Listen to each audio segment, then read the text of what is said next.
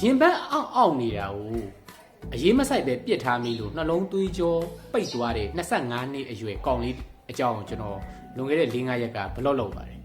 ဘလော့လုပ်သွားတဲ့အခါကျတော့အဲ့ဘလော့ကဗျာလူတွေလည်းတော်တော်ကြည့်တယ်ဗျာမိကုန်းတွေလည်းတော်တော်မေးတယ်အဲ့ထဲမှာအမေးအများဆုံးကဘာလဲဆိုဆက်လိတ်လည်းမတောက်ဘူးအရက်လည်းမတောက်ဘူးနှလုံးသွေးကြောဖြစ်နိုင်မှာမလားရင်ဘက်ကတော့ခဏခဏအောင့်နေတယ်အဲ့မိကုန်းအမြဲတမ်းမေးတယ်အများကြီးပဲအဲ့လိုအလားတူမိကုန်းနေမေးတာအဲ့တော့အဲ့မိကုန်းကျွန်တော်ဒီနေ့ဒီကနေဖြည့်သွားမယ်တယောက်ချင်းစီလိုက်ဖြည့်ရင်ကျွန်တော်အချိန်မရလို့เนาะအဲ့တော့ဆက်လိုက်ကပဲနှလုံးသွေးကြောပိတ်တဲ့အဓိကအကြောင်းအရာမဟုတ်ဘူးเนาะအဲ့တော့နံပါတ်1အချက်ကနှလုံးသွေးကြောဘာလို့ပိတ်လဲဆိုတော့သွေးတိုးတို့စီးကြိုတို့အခန့်ရှိတယ်လားအဲ့သွေးတိုးစီးကြိုရှိရင်အဲ့သွေးတိုးစီးကြိုရအောင်ထိမထိရင်နှလုံးသွေးကြောပိတ်ဖို့ကလက်တကန်းလို့မှာပဲเนาะဆက်လိုက်လည်းမတော့ဘူးအရက်လည်းမတော့ဘူးဒါပေမဲ့သွေးတိုးရှိတယ်သို့မဟုတ်စီးကြိုရှိတယ်သို့မဟုတ်သွေးတိုးရောစီးကြိုရောနှစ်ခုစလုံးရှိတယ်ဆိုအဲ့ဒါနှလုံးသွေးကြောပိတ်ဖို့ကလက်တကန်းပဲအဲ့ဒီကောင်တွေကိုရအောင်ထိမှဖြစ်ဒါနံပါတ်1နံပါတ်2ကကျတော့ကျွန်တော်တို့စားတဲ့တောက်တဲ့ပုံစံပြောင်းမှရစားတဲ့တောက်တဲ့ပုံစံပြောင်းမယ်ဆိုတာနံပါတ်အရေးကြီးဆုံးကတော့အစီကိုလျှော့စားဖို့မြန်မာနိုင်ငံရဲ့အစီရဲ့ quality ကတော်တော်ဆိုးလာပြီဗျာသိလားကျွန်တော်ဒီလောက်ပဲပြောမယ်အဲ့တော့အစီစားတဲ့အကျင့်ကိုပြင်တော့နော်ဟင်းတွေကိုအစီတွေရွှဲနေအောင်ချက်တဲ့အကျင့်ကိုပြင်တော့ဖြစ်နိုင်အတုပ်စတိုင်လေးနဲ့ပဲစားနော်အစီဆက်စားနေရင်စီတွေက quality မကောင်းတဲ့အတွက်စားတဲ့တက်တန်းကြာလာတဲ့အမြခန္ဓာကိုယ်မှာရှိတဲ့သွေးကြောတွေကိုတွင်းကလေးစားတွေအကုန်အစီလိုက်ပုံနေအခုခေတ်ကအသေးအစီဖုံးတာလေလူတိုင်းလူလိုမှဖြစ်နေနော် fashion လိုတော့ဖြစ်နေပြီအဲ့တော့ဒီဥဆိုင်နံပါတ်3ချက် stress စိတ်ဖိစီးတာတွေစိတ်ညစ်တာတွေစိတ်ပင်ပန်းတာတွေဒီအရာတွေကလည်းနှလုံးသွေးကြောကိုအဓိကတက်ရောက်တယ်အဲ့ဒါကျွန်တော်တို့ဘာသာရေး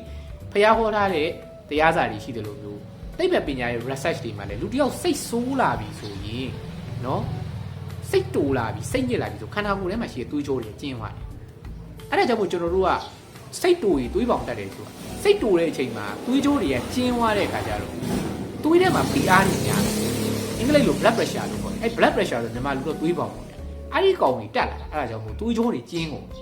ဖိအားတွေရမ်းများပြီအဲ့တော့ဒီကောင်ဘယ်လိုမျိုးအဖြေထုတ်လဲအဲ့တော့ခုနကကျွန်တော်ပြောခဲ့လို့ပဲသွေးတိုးစီးကြိုရှင်အဲ့ဒါကိုရအောင်ထိအစီစားတဲ့အကျင့်ကိုရှောက်နော်အစီလျှော့စားနံပါတ်3အချက်က workout အလုပ်မှာဗျာကျွန်တော်ပြောမယ်အခုခေတ်အလုပ်တွေကဘာလဲဆိုတော့ဗျာအရန်တည်းရမှာအထိုင်များတယ်ကျွန်တော်တို့ကိုယ်တိုင်အလုပ်တွေကအထိုင်များတယ်အဲ့ခါကျတော့ဒီအထိုင်များတဲ့အလုပ်တွေကခန္ဓာကိုယ်လှုပ်ရှားမှုမရှိတဲ့အခါကျတော့ကိုစားသမျှအစားအသောက်ကထွက်တဲ့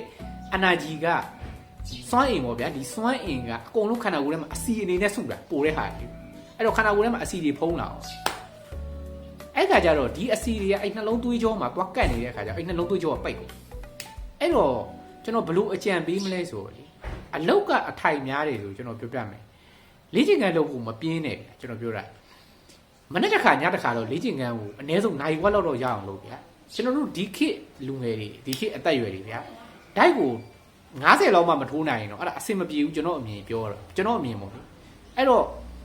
့ဂျင်းတွေဘာတွေသွားရင်ပတ်စံတွေကုန်မယ်မှန်တယ်ဂျင်းကလည်းအခုကပတ်စံကုန်တယ်အဲ့တော့ဘာလုပ်မလဲဘာမှမလုပ်နဲ့လေကျွန်တော်ယောက်ျားလေးတွေအနေနဲ့ဆိုအိမ်မှာအားနေအလုံးမရှိရင်ဓာတ်ထိုင်ထိုးနေအဲ့ဓာတ်ထိုးတာကိုတေချာလုပ်အားရင်ထိုင်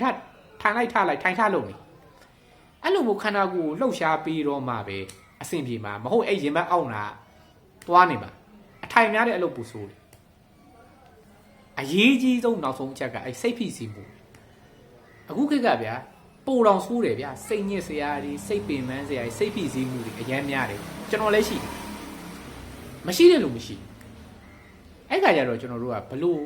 ဒီစိတ်ဖိစီးမှုတွေကိုဟန်တယ်ပေါ့နော်ဘလို့ရင်ဆိုင်ရမလဲဒါလေးကိုကျွန်တော်နည်းနည်းပြောချင်တယ်ဗျာကျွန်တော်အတွေ့အကြုံပေါ့နော်အခုခေတ်ကဗျာလူငယ်တွေကဘလို့ဖြစ်နေလဲဆိုတော့ဟိုသူများကိုအရန်ဗဟိုပြုတယ်ကျွန်တော်လည်းလူငယ်ပါပဲလူငယ်ကျွန်တော်လည်း30ကျော်ပါပဲဒါပေမဲ့ဟို20အစိတ်အရွယ်လေးကြီးလိုက်သူများကိုအရန်ဗဟိုပြုတယ်ဘလို့အရန်ဗဟိုပြုတယ်ငါစိတ်ညစ်နေငါ့ကိုလာပြီးတော့သိရမလားလာပြီးတော့စိတ်ပျော်ရွှင်အောင်လုပ်ပေးရမယ်ငါစိတ်အားငယ်နေငါ့ကိုသိရမလားစိတ်ဓာတ်ခွန်အားတွေလာပေးကြမယ်ငါမှပတ်စံမရှိရင်သိရမလားတစုံတစ်ခုတော့အရာကောင်းမှုကနေပြီးတော့ငါခန္ဓာကိုယ်ပေါ်ပတ်စံနေကြလာမယ်မရှိဘူးဗျအဲ့ဒါကိုမရှိဘူးခင်ဗျစိတ်ညစ်နေတဲ့အချိန်ဘယ်သူမှခင်ဗျကိုလာခဲ့မှာမဟုတ်ဘူးခင်ဗျပတ်စံမရှိတဲ့အချိန်ကျရင်လေခင်ဗျကိုဘယ်သူမှပတ်စံလာပေးမှာမဟုတ်နော်ဘယ်သူမှလာမခဲ့ဘူးဘယ်သူမှမရှိဘူး ကိုဘကိုပြုပါကျွန်တော်ဒါပဲပြောချင်သူများကိုဘကိုမပြုကိုပဲဘကိုပြုကိုတီဆောက်ကိုကျမ်းမာရေးကိုတီဆောက်နော်ကိုရဲ့ရုပ်ရည်ကိုတီဆောက်ကိုဒနာဥစ္စာကိုတီဆောက်ကြံလိုက်သူ့ကိုဖြစ်လာတယ်သူများကိုဘကိုမပြုနဲ့ကျွန်တော်ငယ်တဲ့အရွယ်ဗျာအစိတ်အသက်25 26 29ပေါ့နော်ဒီနှစ်တွေမှာကျွန်တော်သူများကိုဘကိုပြုပြီးသွားပြီဘာမှမလုပ်ကြလားနော်ကိုဘကိုပြုလိုက်တယ်အဆင်ပြေသွားတယ်အဲ့တော့ကျွန်တော်ပြောချင်တာကကိုဘကိုပြုပါကိုနေ့စဉ်နဲ့မြတိုးတက်အောင်လုပ်အလုံးနဲ့လက်နဲ့မပြတ်အောင်လုပ်နေအဲ့လိုဆိုခင်ဗျားမှာစိတ်ညစ်ဖို့အချိန်မရှိခင်ဗျားမှာလုံးစရာအလုံးမရှိဘူးဆိုရင်တော့ခင်ဗျားလုံးစရာအလုံးမရှိရင်ပြောမယ်မထင်နဲ့နော်လုံးစရာအလုံးမရှိရင်လူကစိတ်ကြအောင်အဲ့ဒါကြောင့်မို့အငိမ့်စားယူပြီးသွားရင်အငိမ့်စားယူလိုက်အရာရှိတွေ depression စိတ်ကြယောဂဖြစ်ရဲဆိုတာဘာလို့လဲလုံးစရာအလုံးမရှိလို့သူတို့တက်လုံးလှုပ်လာတဲ့အလုပ်ကိုဆုံးရှုံးပြီးရဲ့နောက်မှာသူတို့စိတ်ကိုနှစ်ထားရမယ့်အရာမရှိတော့တရားတွေဘာတွေထားပတိတွေဘာတွေစိတ်ဟုတ်အဲ့လိုပြောလို့ရင်မရင်နဲ့ဟိုကျွန်တော်လည်းလုပ်တယ်နိုင်ဝက်လောက်ထိုင်တယ်အကျိုးကပြောတယ်ဗျတရားထိုင်တဲ့လူတွေကပူဆိုးတယ်တရားထိုင်တဲ့လူတွေကပို့ပြီးတော့လောဘဒေါသတွေများတယ်ပေါ့ဗျာကျွန်တော်ဒါလေးပြောချင်မဟုတ်ဘူးကျွန်တော်ပြောတာကျွန်တော်တို့ဗျာဥမာကျွန်တော်ထိုင်နေပေါ့လေတရားထိုင်နေဆိုတနေ့နိုင်ဝက်ပေါ့စိတ်ကြည်အောင်ထိုင်တာဘာမှဒီတန်တရားဝစ်စင်းရေးကြီးကလွတ်မြောက်အောင်ထိုင်တာလည်းမဟုတ်ဘူးဗျာဒီလားလုံးဝဟိုဖုန်းဝတ်ဖို့လည်းထိုင်နေတာမဟုတ်ဘူးပြောပါကြောစိတ်ကြည်အောင်ထိုင်နေရင်စိတ်ကြည်သွားလို့အဲ့စိတ်ကြည်တဲ့အရာတာလေးကိုကြိုက်လို့ထိုင်တာအဲ့တော့ကျွန်တော်ပြောပြတာချက်ချင်းတရားကြီးကရောက်သွားမှာမဟုတ်ဗျာနိုင်ဝက်ထိုင်တာနဲ့နိဗ္ဗာန်ရောက်အကုန်လုံးနိဗ္ဗာန်နေပဲသွားဝင်ကြမှာပေါ့ဟုတ်တယ်မလားဒီလွတ်မြောက်ဖို့ဆိုတာကြကုတ်ကြကန်းလောက်ရတာလေနိုင်ဝက်လောက်နဲ့မရအဲ့တော့တရားလေးပါထိုင်ပြီးပတိလေးစိတ်ပြီးပထမမဲ့ရွရွဗျာကျွန်တော်ပြောပြဒါလေးတွေလည်းလုပ်ပြီးကို stress ကိုကိုယ့်ဘာကို short ဟုတ်ပြီနော်ကဲအဲ့ဆိုဒီလောက်ဆိုရင်ရှင်းပြီလို့အောက်ယူဆရနော်အခုလိုကြည့်ပြီးရတဲ့အတွက်ကျေးဇူးပဲ